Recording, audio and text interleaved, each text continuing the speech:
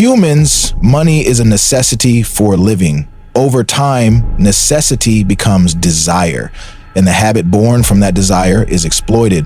Maybe we could remain happy with just our needs, but then we're told that money doesn't just buy things, it buys dreams.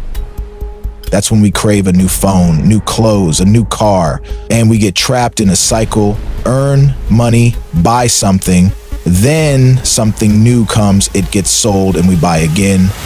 One thing after another, one dream after another, the same endless shopping. Over time, we start associating our happiness with these pieces of paper. Things that were once tools for work become things we work for. It's a brilliant trap, a matrix, an illusion. An illusion where we're made addicted to material things. Even when we realize it, we can't do much. Escaping this illusion isn't easy. To break free, you'd have to let go of everything. Dreams, attachments, love, pain. Everything that makes you experience this material illusion. That's why you can't fight it. Its most remarkable feature is that you're not just living in the illusion, you're part of it. An illusion built on paper. So, we do what a sensible person would. If you can't fight them, join them. If we look at the history of money, it's been around for centuries. In the 7th century, paper money was first used. Before that, people bartered. Milk for rice, rice for fish, fish for wheat. You get the idea. Then came metals like copper, gold, and silver, which were turned into coins. Gold and silver held value because they didn't spoil easily and shined. Humans have always been drawn to shiny things.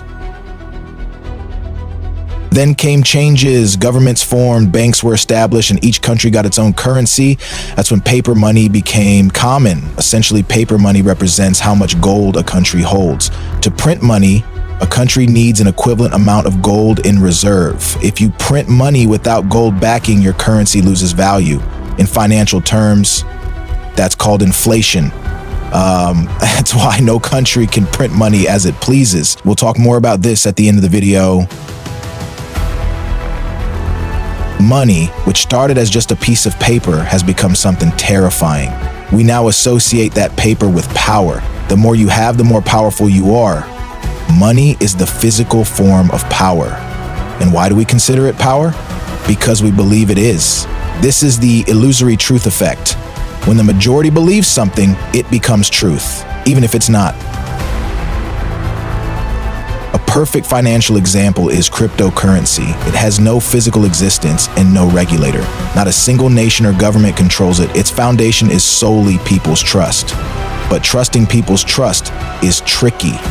Still, I'm personally attracted to cryptocurrency. I believe it's the future. Funny how even trust depends on belief. Speaking of trust reminds me of our role models. Trust and role models usually go hand in hand. But nowadays, our role models promote anything. Good actors, athletes, influencers endorsing betting and gambling apps. Morally wrong, legally fine. That's the problem. In countries like India, where Forex trading is illegal, betting apps get openly promoted. Politicians fill their pockets with heavy taxes from people. No matter who's in power, ordinary people suffer. This is how it works. Expecting change isn't wrong, but waiting for it is foolish. If others aren't being responsible, you must be. Don't blindly trust influencers or anyone. Do your own research. Develop your own thinking. Learn to take responsibility for yourself. You might wonder, don't these people have integrity? Everyone does until they hear the right number. Everyone has a price. I'm no saint either. I just haven't heard my price yet.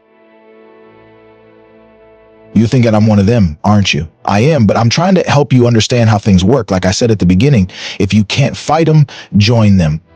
Just stay alert. Otherwise, people will take advantage of you because this is about money.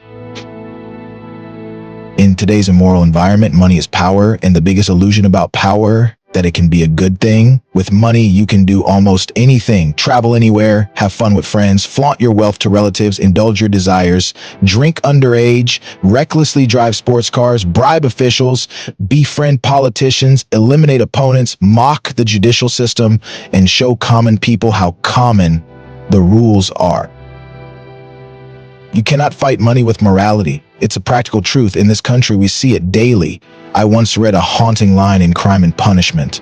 Poverty may not be a sin, but destitution is. Both mean poverty, but destitution is an unbearable kind. The essence, poverty is a sin. If you disagree, you're lucky you've never truly experienced it. There's that viral quote, good times create weak men create bad times create strong men, and strong men create good times. Sounds nice on paper, but bad times usually bring poverty, helplessness, and hunger. Not noble character. Hardship often breaks people. Many lose their self-respect and give up. Those who rise pay a price, a steep one. The moral qualities that make them human.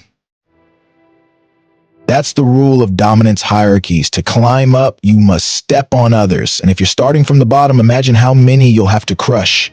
But what happens to a person after all that crushing? Are they still human?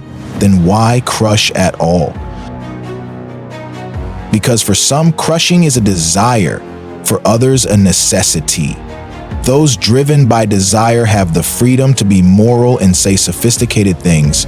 But those driven by necessity, sadly, they're slaves to it, shaped by a life that's taught them harsh lessons.